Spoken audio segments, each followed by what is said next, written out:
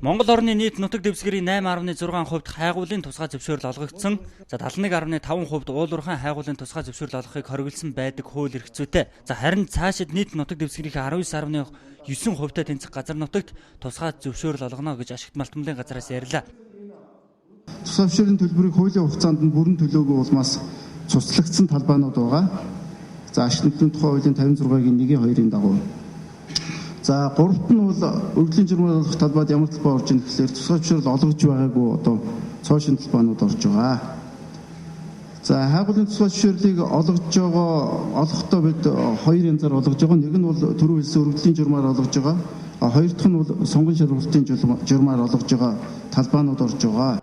10.6 сая га газрыг сонгон шалгаруулалтаар хайгуулын тусгай зөвшөөрөл олгоно гэлээ. Харин 20.4 сая га газарт хайгуулын тусгай зөвшөөрөл шууд олгоно гэж мэдээлв. За сонгон шалгаруулалтаар олгох хайгуулын тусгай зөвшөөрлийн тухайд төрх хайгуулын санхүүжилтийг нь хариуцах газруудад багтаж байгаа юм байна.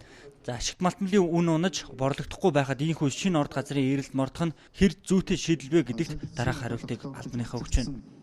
Салбарын бас нэг даавн болдог тийм үед байна л да. Гэхдээ нөгөө өдрөө юу гэдгийг яг л маргааш өглөө нар гарна гэдэг шиг тэр одоо уулуурхай салбарын өсөлт болоход л бид өөрсдөө бэлдчихсэн бүх юм бэлэн байж явах хэвээр. Одоо энэ геолог хайгуул энэ ажлыг бол ерөөсөө тасралтгүй явах хэвээр. Тэгээд дээрэс нь судалгаа шинжилгээ байнга тасралтгүй явж байгаа хэвээр. Дээрэс нь нэр нь бол яг тэр өсөлт бууралтын тэр үеийг маш сайн тооцож ингэж ажиллах хэвээр.